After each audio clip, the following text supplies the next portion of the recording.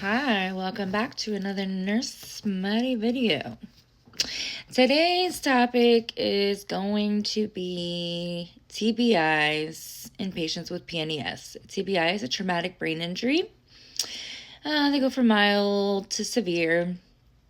So some people I have been reading, their PNES seizure started after having some sort of traumatic brain injury, whether it be a concussion or worse, like a bleed or a severe TBI. So there is a direct correlation from research I have looked at called traumatic brain injury and psychogenic non-epileptic seizures yield worse outcomes. And this is, again, from the National Library of Medicine from our National Institute of Health. Now, this study is from 2013, very outdated, but nothing new that I could find, of course, because it seems like from, 2011 to 2013, there was some studies being done, more people pushing for it, and then it's like we stopped, kind of backed up a little bit. Then we're like, okay, 2022, maybe we should do a little bit more research on this. And then that's it, right? That's all really I could find. So if you go to the website that I keep recommending, nonepilepticseizures.com, it basically goes over a lot of resources for PNES. You can read some of the similar and same articles that I'm reading. You can find resources in your state. And it's quite a helpful website to get a better understanding once you read the articles. This just popped up, so I'm kind of interested in what this is. Relationship between neural responses to stress and mental health symptoms and psychogenic non-epileptic seizures after traumatic brain injury. This was in 2021, y'all. Let's see. So basically, they used patients with TBIs, which is a type of brain injury, traumatic brain injury, during acute stress experiences and psychogenic non-epileptic seizures, identify neural mechanisms underlying the link between changes in processing of stressful experiences and mental health symptoms in PNES. So they still go back to mental health symptoms and stressful experiences as being the cause. So out of 94 patients, 50 were with a TBI only, and 44 were with TBI and PNES. So that's what we're kind of interested in, is those 44 that had the PNES. Who cares about the 50 that didn't, right? Doesn't matter to us. So results.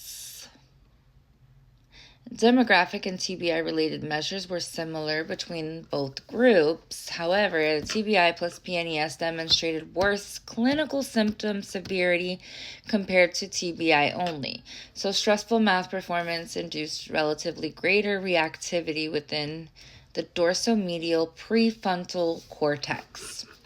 Dorsomedial prefrontal cortex. Also, the right hippocampal regions and relatively reduced reactivity with left hippocampal and dorsolateral PFC regions. These are just different areas in the brain that I guess they were showing a decrease in the reactivity. I know when I get mine, I get a pain right here on the right side of my head. Do any of y'all experience that as well? I've seen some people that are like, oh, I always get this right pain on my head. That's me. Anyways. So they seem to say stress worsens it. Stressful auditory feedback induced relatively reduced reactivity within the ventral PFC, cingulate, hippocampal, and amygdala's region for TBI plus PNES compared to TBI only. So basically they are seeing these differences in different parts of the brain, how is it all psychogenic? That's just my question.